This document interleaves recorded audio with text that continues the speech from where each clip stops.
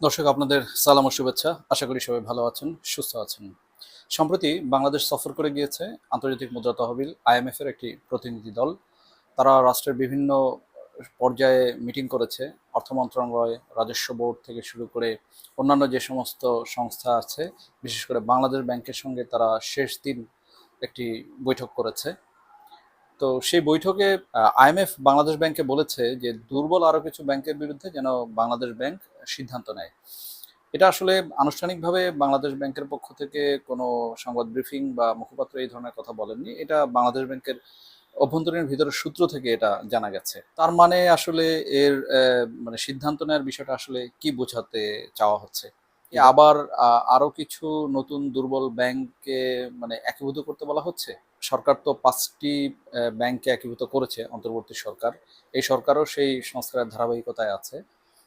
এর বাইরেও আরো যে কিছু দুর্বল ব্যাংক আছে সেগুলোও কি একীভূত করতে বলা হয়েছে কিনা এই বিষয়টা আসলে সবার মাথায় এখন আসছে।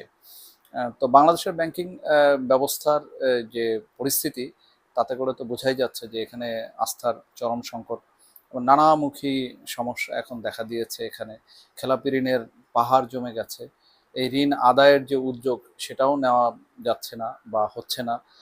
বরঞ্চ এই ঋণগুলো যেন রিশিডিউল করা যায় বা ন্যূনতম একটা অংশ যেন ব্যাংকগুলো পায় সেই ব্যবস্থা করে একটা নতুন নীতিমালা করে দিয়েছে অলরেডি বাংলাদেশ ব্যাংক। সেই অনুযায়ী হয়তো কিছু অর্থ জমা পড়বে।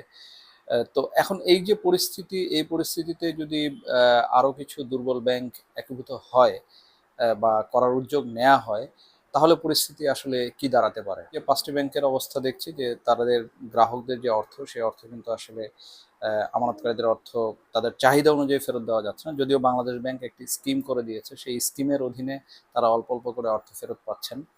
তো নতুন করে দুর্বল ব্যাংক যদি একীভূত করার উদ্যোগ নেওয়া হয়, তাহলে সেই ক্ষেত্রে ওই একই ধরনের হয়তো অবস্থা তৈরি হতে পারে। তবে একটি জিনিস কি যে অর্থনীতিতে যদি শক্তিমত্তা থাকতে হয় বা অর্থনীতিকে যদি এগিয়ে নিয়ে যেতে হয়, তাহলে আসলে দুর্বল বা ভঙ্গুর ব্যাংকিং ব্যবস্থা দিয়ে তো আসলে এটা এগোনো সম্ভব না। কারণ ব্যাংকিং সেক্টর হচ্ছে একটি অর্থনীতির জন্য হৃৎপিণ্ড বলা হয়। যদি এইখানে কোনো ধরনের সমস্যা থাকে তাহলে পুরো বডিটাই আসলে যেমন ঠিকভাবে কাজ করে না, পুরো অর্থনীতিতেও আসলে ওইভাবে কাজ করার কথা না। এই জন্যই IMF প্রতিনিধি দল বলে গিয়েছে যে সরকার যে সংস্কার উদ্যোগ নিয়েছে বা আগে যে সংস্কার উদ্যোগের কথা বলা হয়েছিল সেটা যে ধারাবাহিকতা রক্ষা করা হচ্ছে, তো সেইটা যেন আসলে চালিয়ে যাওয়া হয়।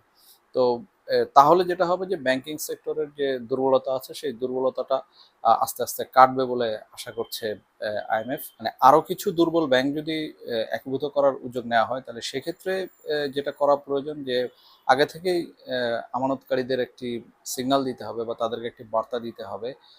কারণ এখনো তো অনেকের টাকা সে সমস্ত ব্যাংকে আছে। যদিও ওই সকল ব্যাংক থেকে আসলে টাকা যে এখনো তারা ঠিকমতো পাচ্ছেন তা কিন্তু না। যেমন একজন আমাকে বলছিলেন যে উনি ৳১,০০,০০০ তুলবেন। তো আমাকে বলছিলেন যে এই ব্যাংকটি থেকে আমরা ৳১,০০,০০০ আ তুলতে চাই। তো এটা আসলে তোলা যাবে কিনা?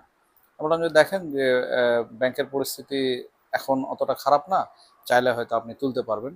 মনে হয় না সমস্যা হবে। তো এই হচ্ছে পরিস্থিতি। আসলে ব্যাংকের ব্যবসার মূল যে পুঁজি সেটা হচ্ছে আসলে আস্থা।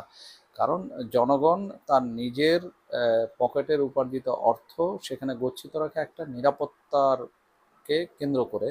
কেউ বিনিয়োগের মানসিকতা নিয়ে রাখে। কিন্তু মূলত আসলে এই নিরাপত্তার কথা চিন্তা করেই মানুষ ব্যাংকে টাকা রাখে। তো সেই নিরাপত্তার জায়গায় যদি আস্থার সংকট হয়, তাহলে পরিস্থিতি কোন দিকে যেতে পারে সেটা তো অলরেডি দেখা যাচ্ছে। গত কয়েক বছর ধরেই আমরা দেখতে পাচ্ছি। তো এখন ফার্দার যেন পরিস্থিতি অন্য কোনো দিকে না যায়, আসলে বিশ্বাসযোগ্য একটি মোটিভ বা পদক্ষেপের দিকে আসলে হাঁটতে হবে। এছাড়া আসলে কোনো বিকল্প নাই। এমনিতেই আমাদের অর্থনীতি মানে প্রচণ্ড রকম চাপের ভিতরে আছে। IMF-ও এই সেই তার প্রতিনিধি দল এটা বলে গিয়েছে। তো এই চাপ থেকে উত্তরণের জন্য আসলে ব্যাংক খাতের যে দুর্বলতা, এই দুর্বলতাকে দূর করার জন্য IMF একটা বড় রকমের বার্তা দিয়ে গেছে বাংলাদেশকে। তো এখন যদি আমরা সেই বার্তা অনুযায়ী আমরা কাজ না করতে পারি, তাহলে পরিস্থিতিটা মানে কোন দিকে যাবে এটা আসলে বলা মুশকিল। তো আজকে এই পর্যন্তই। আমার কথাগুলো ধৈর্য ধরে শোনার জন্য আপনাদের অসংখ্য ধন্যবাদ। যদি আমার কথাগুলো ভালো লেগে থাকে তাহলে আমার চ্যানেলকে সাবস্ক্রাইব করার অনুরোধ থাকছে।